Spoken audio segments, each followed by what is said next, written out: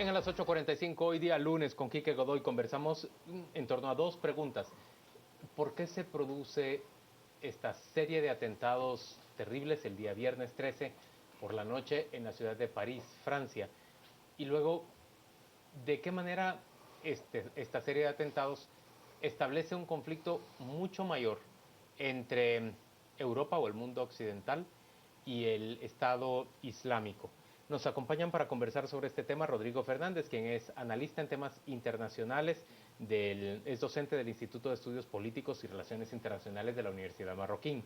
Y está con nosotros Cecil de León, quien también es un analista en estos temas y tiene estudios de maestría en análisis estratégico en seguridad y geopolítica. A los dos, gracias por acompañarnos. Bienvenidos a las 8:45. Empiezo con Cecil y para ampliarle, antes de que me diga del comentario que hacía Juan Luis, se lo planteo. También en Beirut y también en Siria y también en otros lugares hubo ataques en ese día. ¿Qué implica el que hayan sido casi simultáneos, llamémosle así, no solo estos ataques en París, sino que además en Beirut y también en otras ciudades en África? La verdad es que desde hace ya, incluso antes de la que conocemos como Primavera Árabe, los atentados en contra de grupos grandes de personas civiles que no tienen nada que ver con los conflictos se han estado dando. Y especialmente desde que Estados Unidos invadió Irak y salió de Irak, ¿verdad? Allí es donde empiezan casi todos los días esta ola de atentados, precisamente para provocar miedo y para debilitar las estructuras estatales que aún se mantienen en aquellos espacios. Y bueno, y en esa debilidad y en ese contexto nace el Estado Islámico, ¿verdad? Que tienen como pretexto el tema religioso, pero en las relaciones internacionales lo que mueve el mundo son los intereses. Y sabemos que el discurso puede ser uno, pero los intereses los vemos día a día. El control de, especialmente el petróleo, ¿verdad? El control de los flujos, de los precios, que nos afectan indirectamente. Afortunadamente en este momento para nosotros el precio del petróleo está bajo y tiende a bajar más. Rodrigo, ¿cómo podemos explicar que, aunque se hayan producido ataques en diferentes ciudades, los que en apariencia son más cruentos se producen en París? ¿Por qué París? Bueno, París tiene una importancia, digamos, capital para Occidente, y es que ha sido generador de cultura, ¿verdad? Hay núcleo de cultura y tiende mucho a crear como muchas tendencias y a generar también como muchas corrientes de pensamiento, ¿verdad? Y digamos, desde el punto de vista de Estado Islámico, ellos no conciben una religión totalizante como es el Islam, ellos no conciben la separación, por ejemplo, de Estado e Iglesia, ¿verdad? La concepción del Estado laico para ellos no cabe. Y Francia es el origen precisamente de eso, ¿verdad? Del laicismo. Del laicismo. Luego también viene la visión de que los europeos cada vez se alejan más, digamos, del cristianismo, entonces son percibidos como una mala influencia porque están como transmitiendo ateísmo y que digamos que proyectan ese ateísmo a una región que está en una crisis y que busca el consuelo en Dios, ¿verdad? Entonces representan antivalores para ellos, ¿verdad? Entonces es percibido como una fuente de influencia negativa y por eso hay que combatirlos, ¿verdad? Bueno, Cecil, yendo a esta misma línea y empezamos a caer en una dinámica donde tenemos que poder separar que no todos los árabes son musulmanes, no todos los musulmanes son árabes. Y no todos los musulmanes ni los árabes son terroristas. Pero sin embargo empieza esa perfilación de casos donde entonces se habla de la invasión musulmana en Europa. Francia tiene más o menos 8% de población musulmana, pero pareciera que se hablara como que ya son mayoría en Francia. Lo que pasa es que yo creo que aquí, respondiendo un poquito a la anterior pregunta, ¿por qué tanta conmoción con lo de París? Porque Occidente tiene el control de los medios que nosotros vemos todos los días, del cual nos llegan las noticias. Precisamente ellos controlan la gran mayoría de medios escritos, televisados, radiales, y las agencias noticiosas. ¿Somos parte de Occidente nosotros? Claro que sí, por nuestra cultura, ¿verdad? La democracia es un producto occidental. Y eso es el gran valor que los Estados Unidos quiere llevar a todo el mundo, incluido a esos países que, como ya explicó el colega, no tienen una visión del mundo similar a la nuestra. Hay que recordar que Francia tiene esa población musulmana porque fueron colonia fueron colonizadores los franceses, ¿verdad? Del norte de África. Del norte de África, incluso de Siria. En Siria se habla francés. Y obviamente Francia, recordemos Algeria, tiene grandes intereses. La independencia de Argelia les costó muchísima sangre. ¿Y quiénes fueron los grandes, digamos, los malos en este caso, para llamarlo de alguna manera, los franceses? Entonces, de alguna manera, hoy hay que ver la historia para entender el presente. Y con esto quiero decir algo. En el teatro de operaciones de Siria hay 3 grandes potencias que en este momento contienden: Estados Unidos, Rusia y Francia. Casualmente las 3 están dentro del Consejo de Seguridad de Naciones Unidas, casualmente las 3 son potencias nucleares mundiales. Sin embargo, la gran diferencia es que Rusia, aunque no tiene la autorización del Consejo de Naciones Unidas para actuar, tiene la solicitud del presidente de Siria para actuar. Por tanto, Rusia no... Una invitación directa. Exacto, entonces no está cometiendo una ilegalidad. En cambio, Estados Unidos, Francia, a pesar de todo, no tienen el visto bueno del Consejo de Seguridad de Naciones Unidas, no tienen ni del país, entonces se están rompiendo el orden internacional. Ahora, Rodrigo, regresemos al tema del área esta, lo que se le ha llamado Estado Islámico, el Estado Islámico de Levante y Siria, o sea, una serie de nombres, pero al final se vincula a un concepto mucho más amplio todavía, que es el califato, donde incluso si regresamos al Imperio Otomano de principios del siglo XX, hacia atrás hubo más de casi 700, 800 años de este califato, que llegó a estar incluso hasta en Al-Andalus, que es Andalucía, en España. Ellos han hecho un llamado de que quieren recuperar ese califato completo. Claro. Lo que pasa es que la visión de ISIS tiene mucho que ver con, digamos, cómo superar un periodo de crisis, ¿verdad? Ellos, el mundo árabe, ha vivido el siglo XX en permanente crisis, ¿verdad? Entonces, un poquito las respuestas de Estado Islámico pasan, digamos, como... o explican esa crisis como que es un castigo de Dios porque ellos se han alejado de la ortodoxia musulmana, ¿verdad? Entonces hay que regresar a esa ortodoxia, hay que purificar al Islam. Entonces, por lo tanto, los chiitas son herejes, ¿verdad? Se desviaron. Los sunitas son los que mantienen, digamos, precisamente la suna, la tradición. Entonces nosotros somos, digamos, el único Islam verdadero. Ese es un tema importante. Irán es un enemigo natural del Estado Islámico. Así es, por supuesto. Irán, que para Occidente tiende a ser, digamos, un país extremista y bárbaro en muchos sentidos. Canalla le habían llamado a Estados Unidos antes. Por eso la negociación en este momento para poder tenerlos de este lado ahora que están porque hay otro actor en Siria que no se menciona, pero que está ahí presente, que es Israel. Y no sería raro que Israel esté metido, después lo vamos a saber como todo, en todo esto que está pasando hoy. ¿Por qué Israel? Bueno, ahí está el caso de Palestina. Los palestinos también, algunos, son árabes, ¿verdad? Están asentados en tierra árabe. Entonces, y la otra cosa que hay que tomar en cuenta es que por eso es que Estados Unidos, lo decías, Occidente negoció con Irán, le dieron el visto bueno, ya le levantaron las sanciones o están en ese proceso, como hicieron de este lado con Cuba. El enemigo de tu enemigo es tu amigo. Ahí está. ¿Por qué con Cuba no querían otra sorpresa del 62 cuando en Cuba aparecieron misiles? Visto todo esto en el corto plazo, Israel parece un ganador de esta situación. Por supuesto, porque Israel siempre ha sido percibido, e irónicamente también Irán, como generadores de estabilidad en la zona. Y eso es lo que explica el atentado en Beirut. O sea, ¿por qué ISIS ataca a Beirut? Porque Beirut, el sur de Beirut, es una plaza fuerte de Hezbollah, la milicia de palestinos entrenada y financiada por los servicios de seguridad iraníes. En realidad el tema de los atentados que están sucediendo ahorita es el intento de ISIS de generalizar la guerra, de desestabilizar precisamente los puntos de estabilidad que han sido permanentemente Israel e Irán en esa región tan convulsa, ¿verdad? Digamos, son como pivotales esos dos países.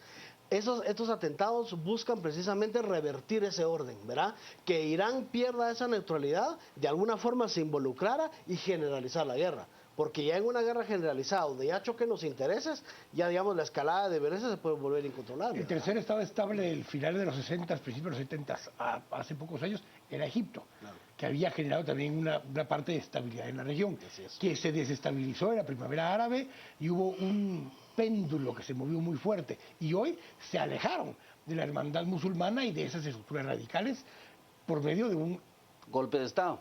apoyado por Occidente, para no decir los Estados Unidos. Claro. Y una muestra de eso es que Israel y Egipto siguen siendo los que más ayuda militar financiera reciben de Estados Unidos, 3.100 millones de dólares anuales. Y obviamente, pero está pasando algo interesante con Egipto. Egipto se está acercando a Rusia para pedir primero que también intervengan por los problemas que tienen del Estado Islámico que se está ampliando, pero también para formar parte de esta coalición anti-Estado Islámico. Es decir, ese pulso todavía no está para nada definido. Entramos a un nuevo round, no sé si es el segundo, tercero o milésimo, pero en todo caso es una guerra subsidiaria. ¿Por qué? Porque las potencias se están enfrentando en un territorio pequeño y es el que se están disputando. Una posibilidad, de resultado es que se divida Siria, ¿verdad? Que unas potencias como Siria ya no existe realmente. No existe todavía. Queda un pedacito de Siria. Es decir, hay un Estado, hay una población, hay un territorio que no controla ese Estado en su totalidad, pero todavía logran controlar un espacio. Y por eso todavía existe un presidente reconocido. Pero hay que agregar una cosa en el caso de Siria, porque en el caso de Siria, a pesar de los sunitas y los chiitas, están los alawitas, que es realmente quienes han gobernado. Arabia es una minoría, Saudita, sí, es una perdón. minoría Correcto. absoluta de los alawitas, que es de donde Sí. viene la familia de Al-Assad. Al-Assad. Ellos han logrado controlar, pero la parte noreste, digamos, de Siria, es lo que potencialmente sería parte, junto con el sur de Turquía, con una parte de Irak, lo que sería Kurdistán, donde están los kurdos. Este es otro dilema Donde distinto. Turquía está apoyando a unos, ataca a otros, donde Irán apoya a unos, ataca a otros, donde Siria ataca a unos y no apoya a ninguno de Señores, los. déjenme trasladar la discusión hacia un punto que puede resultar muy próximo a muchos guatemaltecos. El día de ayer y hoy se ha desarrollado una gran crítica en redes sociales respecto a ese concepto que se identifica como el de la pena selectiva. Yo siento más pena por lo ocurrido en Francia y adopto en Facebook, me estoy poniendo como un ejemplo, los colores de la bandera francesa. Siento menos pena por lo ocurrido quizá en Beirut o digamos en el Cambrai, y no hago lo mismo con mi cuenta de Facebook o de alguna otra red social. ¿Cómo explican ustedes este concepto de pena selectiva? Yo personalmente lo que creo es que los desastres nos afectan de distinta forma.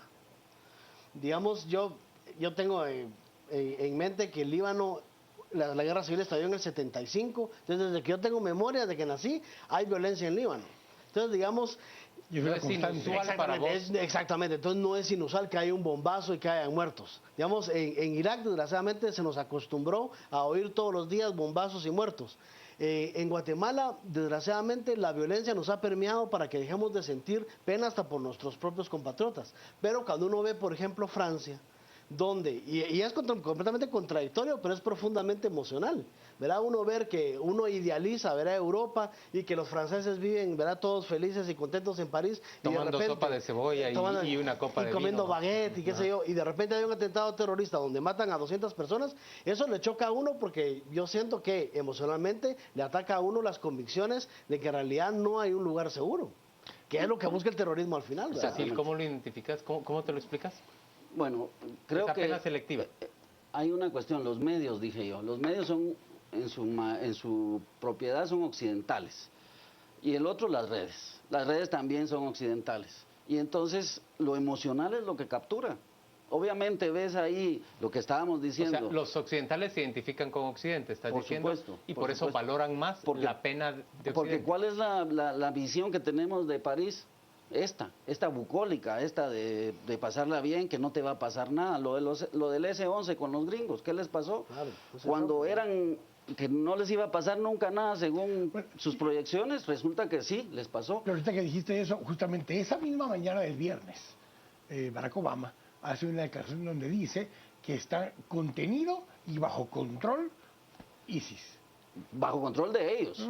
Y horas después sucede lo que pasa en París, pero horas después. Así es. Es que Estados Unidos comete un error y yo creo que, y lo cometen regularmente las democracias que se meten, digamos, a jugar de policías del mundo. Y es que uno no puede controlar a un ejército desde una guerra aérea. Y yo creo que eso Francia lo va a tener que enfrentar en los próximos días. La única forma de vencer a un tipo de ejército como es ISIS o como hubieran sido las guerrillas kurdas o qué sé yo, es poniendo soldados en tierra. Sí, pero poner botas en el suelo no lo vuelven a hacer. Ni los rusos, ni los gringos, por Somalia, ni por nadie quiere. Afganistán, por Irak, Sin embargo, cada uno, rusos o gringos. Sin Entonces, embargo, Es que la pregunta de fondo es... el tema es que estas afirmaciones entonces son vencer a vacías, ISIS? ¿verdad? ¿Es posible? ¿Es posible vencer a Es posible, ISIS? claro que sí, siempre que hay una coalición. Fíjense ustedes que ahorita en el Mediterráneo tenemos prácticamente 3 portaaviones, uno chino, uno francés y uno ruso. Del otro lado, Tenemos es hablar en plural. Tienen ellos. bueno, está ahí, ¿verdad? Está Tenemos ahí. el mar, y el tema es que siendo un conflicto subsidiario, es decir, que se están enfrentando por otros en el lugar del terreno, el peligro es que entren esas potencias a luchar directamente ahí. Y si ponen botas en el suelo sirio, seguramente, casi seguramente estalla la Tercera Guerra Mundial. Ya lo dijo el Papa, la Tercera Guerra Mundial se está dando por capítulos, pero todavía no hemos tenido el escenario donde tropas de Occidente y de Oriente, o de no occidentales, se enfrentan. Y ese es el gran peligro en realidad, una Tercera Guerra Mundial. Pero es lo que han evitado las potencias, es lo que ha evitado Naciones Unidas, una Tercera Guerra Mundial, y por eso lo que está pasando en Siria pasó aquí hace 20 años. Aquí se disputaban y se lo están disputando ahora, pero no a través de los fusiles. El control del territorio, el control de la población, el control de la producción. Eso es lo que está afectando en principio en Siria. El petróleo, el gas y el Perfecto, agua. pero vencer a ISIS, si se queda sin recursos ISIS, no puede seguir financiando la guerra. ¿Quién le financia a Los ISIS la recursos guerra? de su venta de petróleo. Entre Le otros. vende el petróleo a cualquiera en un mercado secundario. ¿Quién le compra el y hay petróleo? coyotes intermediarios que terminan colocándolo en el mercado mundial. En el mercado mundial, con capacidad de comprarlo, que es Occidente, Claro. y es el más Cerrar necesitado. eso es la mejor manera de hacer colapsar a ISIS. Y sin embargo, no lo han hecho. A ver, pongamos las cosas. Sí, Rusia ha bombardeado posiciones de ISIS y sí le ha afectado en un mes y días. Estados Unidos... Pero no a ISIS. En realidad Rusia ha llegado a bombardear a los rebeldes demás que quieren rebeldes. derrocar a Bashar Bueno, al-Assad. ISIS Más es- que a ISIS. ISIS es uno de esos grupos y también nos ha afectado. La cuestión es que Rusia lo que está haciendo es anticipándose a la llegada de esos combatientes a suelo ruso. Ellos están peleando su guerra, no la guerra de los sirios. Igual Occidente, Francia, Estados Unidos están peleando su guerra, no la guerra de la democracia. Y la guerra es por los recursos energéticos, que es lo que mueve el mundo. Eso es lo que en realidad está pasando en esa parte de Asia. Señores, hemos llegado al final de esta conversación. Nos encantaría No al seguir final de este discutiendo, conflicto, definitivamente. sobre todo porque Evidentemente. en este momento tanto el tema de los atentados en París como el tema de la crisis hospitalaria se han convertido ya en tendencias en redes sociales. Les agradecemos su participación y le pedimos a Juan Carlos Sandoval que nos cuente qué se está diciendo en las dos redes, en Twitter y en Facebook, respecto a esta discusión. Gracias, Juan Luis. Vamos a las redes. Ya somos tendencia con a las 8:45. Ana María nos dice: todos los grupos poderosos de medios son occidentales y pertenecen a 4 o 5 grupos financieros, básicamente judíos. Uno no puede ganar esta guerra con solo ataques aéreos. Muy cierto. A ver qué hará Francia ahora. Carl nos dice: Estados Unidos envía millones a los palestinos, los que usan para armarse y seguir la guerra. ¿De qué se queja? Es lo que nos dice Carl. Vicky: lo más lamentable es la muerte de inocentes, no son culpables. El asesinato del archiduque Francisco Fernando de Austria, el ataque a Pearl Harbor, de ahora esto, ya sabemos a dónde vamos, dice Mario. Y Alejandro: Irán es enemigo natural del Estado Islámico, no solo por la axialada que ejerce Irán, sino por la población chiita que es vista en esos lugares. Vamos a ir a la pausa.